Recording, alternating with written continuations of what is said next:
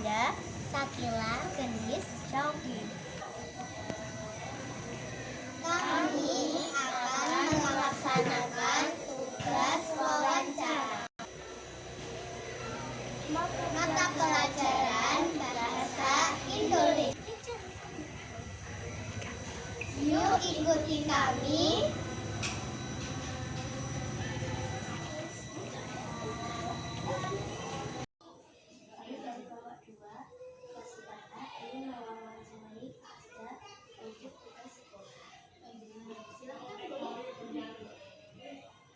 Diceritakan secara singkat kegiatan sehari-hari di sekolah ini. Kegiatan sehari-hari di sekolah sini itu ada beberapa kegiatan ya, mulai dari intrakurikuler, kokurikuler, ya, ada ekstrakurikuler juga. Intrakurikuler itu apa? Seperti pembelajaran yang kalian lakukan dari pagi ya, dari jam 6.45 sampai jam 2, itu intra. Terus kemudian yang kokurikuler itu biasanya seperti proyek-proyek, kalian ada kegiatan di luar, misalnya kalian apa itu kemarin ada pameran jual makanan ya, makanan homemade yang pakai misalnya bahan bakunya kelima dan sebagainya, itu bisa dimasukkan ke kurikuler. Terus ada ekstrakurikuler. Ekstrakurikuler ini difokuskan untuk pengembangan diri anak-anak sesuai dengan bakat dan minatnya. Apa saja peraturan di sekolah ini dan mengapa aturan itu penting? Aturan di sekolah ini mencakup beberapa hal ya, mulai dari kedisiplinan, terus kemudian kebersihan, tuh, dan masih banyak lagi. Terutama kedisiplinan ini, kenapa? Kedisiplinan ini adalah kuncinya anak sukses. Jadi harus ditegakkan. Kenapa kok ada aturan? Kalau tidak ada aturan, seperti apa? Seperti kalau kalian pernah tahu di hutan adakah aturan? Nggak ada. Hewan sesuka hati kan, mau memangsa siapa dan memangsa siapa. Ya, kalau di sini semua anak-anak dididik agar berkarakter yang bagus, jadi harus ada aturannya. Jadi hak dan kewajiban masing-masing anak itu terjaga, terlindungi juga. Kalau nggak ada aturan, hak kalian bisa diambil oleh teman yang lain. Kewajiban tidak dilaksanakan. Bagaimana prestasi yang pernah diraih sekolah ini? Alhamdulillah, anak-anak di SD Negeri 1 Mangkujayan itu luar biasa prestasinya, sampai tingkat nasional. Jadi sampai pertandingannya di Jakarta, di Malang dan sebagainya. Jadi tidak hanya skala lokal nasional, karena sudah sampai nasional. Jadi juga ketemu teman-teman yang ada di luar provinsi Jawa Timur, jadi se-Indonesia.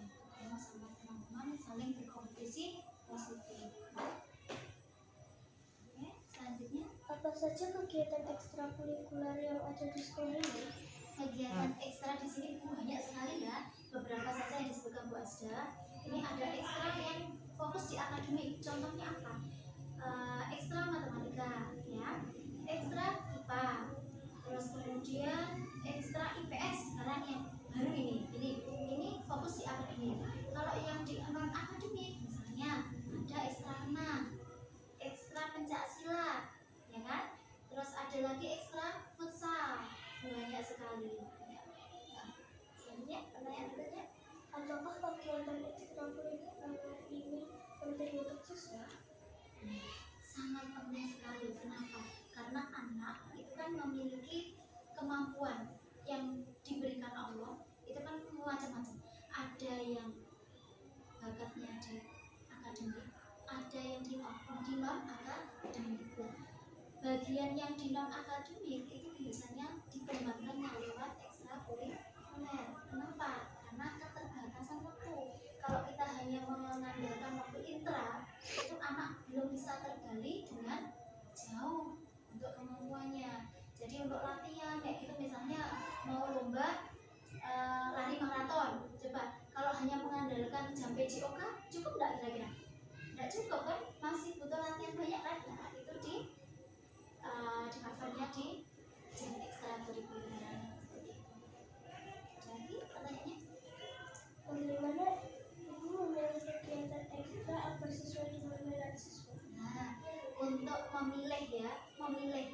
sekolah tidak memilihkan, anak sendiri yang memilihkan. Dari apa? Dari survei yang kita berikan ke orang tua. Nah, kita kerjasama dengan orang tua, jadi kerjasama dengan mama, dengan ayah kalian.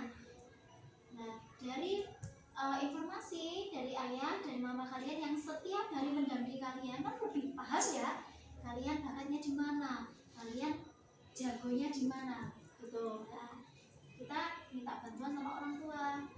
Dari orang tua memberikan informasi lewat survei. Angketnya biasanya link Google Form, jadi online. Nah, data yang masuk sama bapak ibu guru diolah, kita cek dengan bapak ibu guru yang ada di kelas apakah sesuai dengan yang disampaikan orang tua. Kalau sesuai, baru kita rekomkan untuk ekstra sesuai dengan bakat yang dimiliki anak tersebut.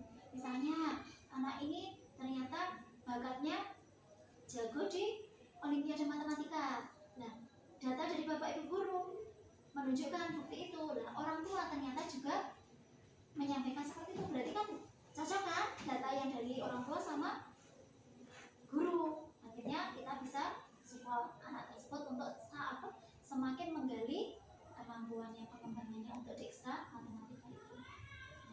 Ada Saja fasilitas yang ada di sekolah ini. ya, fasilitas yang ada di sekolah ini pokoknya. Jadi yang diberikan sekolah itu menyesuaikan sama kebutuhan anak-anak. Seperti misalnya kalau anak-anak pengen jago futsal, kan di sekolah juga disediakan ada bola, ya kan? Bisa digunakan. Kalau pengen basket tadi seperti anak-anak kelas 6, latihan ada bola basket dan sebagainya. Banyak sekali. Ya, ada lagi. Gimana ibu memastikan fasilitas ini digunakan dengan baik oleh siswa? Nah, pihak sekolah itu tidak bisa mengawasi langsung ya. Jadi sekolahan itu berkolaborasi dengan pembina ekstra masing-masing. Jadi dari pembina ekstra itu nanti bisa memastikan apakah fasilitas sekolah itu benar-benar dimanfaatkan anak-anak untuk latihan. Ya, dari informasi dari pembina tersebut diteruskan ke pihak sekolah. Jadi sekolah untuk mengawasi benar-benar optimal atau tidaknya dari pembina ekstra tersebut. Apa ada fasilitas yang ibu tambahkan di masa depan? Ya, karena ini eranya era IT ya, semuanya apa-apa serba digital. Mungkin sekolah di masa depan nanti akan menambahkan fasilitas-fasilitas sarana prasarana yang kaitannya dengan IT. Nah, ini kemarin kan kita juga dapat bantuan dari Pak Presiden kan, itu yang di wilayah data itu, yang nantinya akan bisa digunakan untuk belajar semua siswa yang ada di SDN Sarimampu Jaya ini. Ada lagi? Tidak? Ada yang dekat? Apa harapan ibu untuk siswa-siswi di sekolah ini? Harapan ibu ya, berharap anak-anak dengan adanya fasilitas sekolah yang diberikan, dengan adanya bapak ibu guru semuanya yang luar biasa hebat semuanya, tolong dimaksimalkan ketika belajar itu nama serius, tidak bercanda. Jadi ketika misalnya ada bapak ibu guru yang dampingi kamu gali ilmu apa yang dimiliki, terus kemudian belajar ya tenang. Jadi kamu benar-benar bisa memilah apa yang dimiliki bapak ibu guru. Misalnya misalnya ya seperti Pak Suha ya, Pak Suha jago matematika. Kamu kalau ketika belajar dengan Pak Suha harus tenang. Ketika tidak bisa tanya, itu artinya kamu dapat ilmu banyak. Seperti itu harapannya. Jadi anak-anak bisa benar-benar menggunakan fasilitas sekolah, belajar dengan bapak ibu guru itu dengan tanggung jawab totalitas.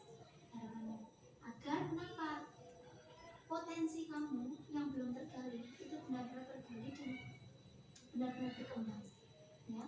Karena apa? Kita sebagai sekolah favorit di Ponorogo itu punya tanggung jawab besar menjaga nama baik SDN 1 Mangku Jaya. Bayangkan kalau siswa SDN 1 Mangku Jaya kalah dengan sekolah lain, malu kan? Nah itu. Nah, lanjutnya Apa yang bisa ibu berikan kepada kami dan teman-teman yang lain agar lebih semangat belajar? untuk memotivasi semangat belajar, kalian satu harus punya cita-cita. Ya, cita-cita itu sebagai tujuan hidup. Ya, kalau kamu sudah punya bayangan aku nanti besar ingin jadi apa, insya Allah nanti dengan sendirinya kamu akan terpanggil hati. Bayangkan, kalau kamu punya cita-cita misalnya ingin jadi dokter, terus kamu malas-malasan, kira-kira bisa nggak terwujud cita-cita? Nggak mungkin kan? Nah, agar kita bisa mewujudkan itu, kamu selalu ingat cita-citaku. Nah, kalau kamu selalu ingat cita-citaku dan aku harus sukses, insya Allah nanti dengan sendirinya panggilan hatimu akan berubah. Ya, apalagi coba bayangkan, kamu gagal jadi dokter, terus temanmu sukses, bagaimana perasaanmu? Kecewa kan? Mau nggak seperti itu? Nggak mau kan? Nah itu jadikan cambuk, jadikan motivasi agar kamu lebih bersemangat untuk belajar. Apa tadi? Harus punya cita-cita. Cita-cita tidak harus nunggu nanti kalau sudah dewasa loh. Mulai dari sekarang harus diperjuangkan cita-cita itu. Seperti kita membuat rumah, ya. Membuat rumah itu apakah gentengnya dulu yang dipasang? Enggak kan? Buat fondasi dulu dari tanah dulu, batunya ditanam dulu biar kokoh bangunannya. Seperti itu kita mau memperjuangkan cita-cita. Ada lagi pertanyaan? Apakah ada hal lain yang ingin ibu sampaikan kepada kami? Iya, pesannya biasa ya untuk kalian para calon generasi muda, kalian disiapkan untuk menjadi generasi emas. Generasi emas itu generasi yang direncanakan untuk sukses di masa depan. Karena semakin kita berjalan ke depan, tantangan itu semakin kuat. Seperti angin atau pohon itu, semakin tinggi kamu posisi, kalau kamu naik pohon, anginnya semakin kencang toh. Nah seperti itu, semakin kamu berjalan ke depan, semakin kamu dewasa, tantangannya juga semakin besar. Tidak sama dengan seperti ketika kamu masih kecil ini. Ketika kamu di SD, tantangannya masih kecil. Nanti naik ke SMP, semakin besar. Naik lagi semakin besar. Untuk mempersiapkan itu, berarti kamu harus kuat ketika masih di SD. Belajar, dan belajar. Jangan sampai bosan untuk belajar. Di luar sana ya, banyak sekali orang-orang sukses. Jangan sampai kalah kita.